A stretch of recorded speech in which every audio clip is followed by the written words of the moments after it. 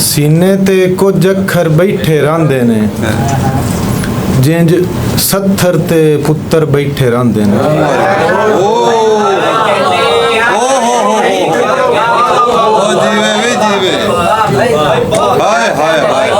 सीने ते कुछ अखर बैठे रहिंदे ने जिंज सत्थर ते पुत्तर बैठे रहिंदे ने।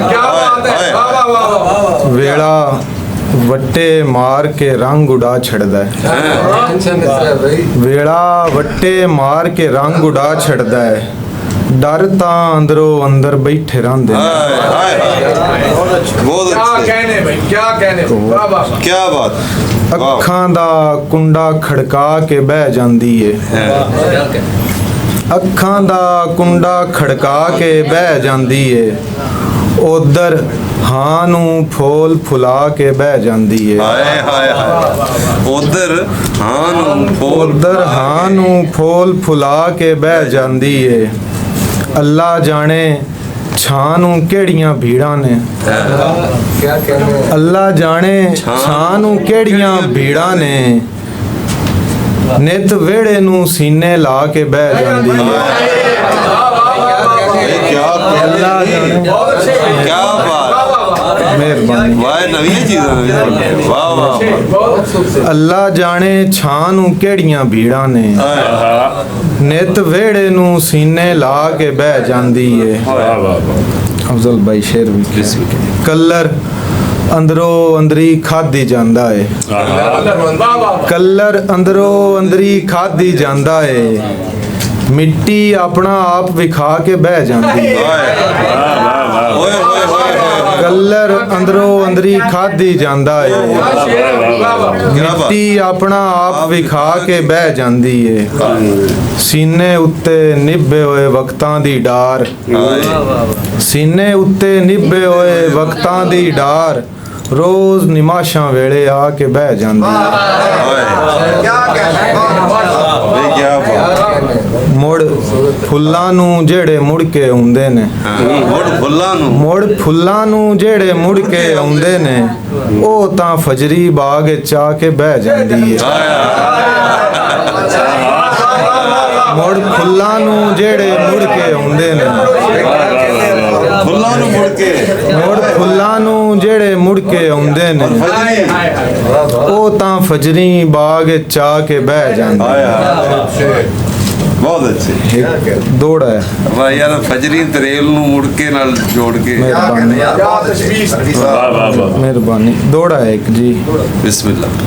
हई याद जो पिटदियां पिपलियां चूं एक शाम दी मयत तुरी आई।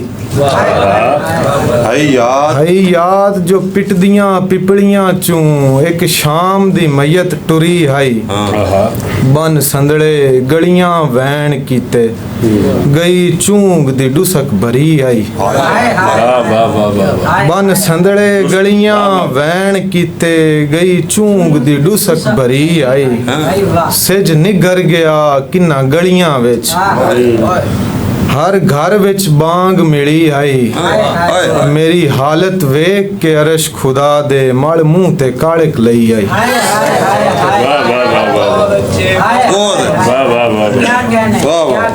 एक नज़म है।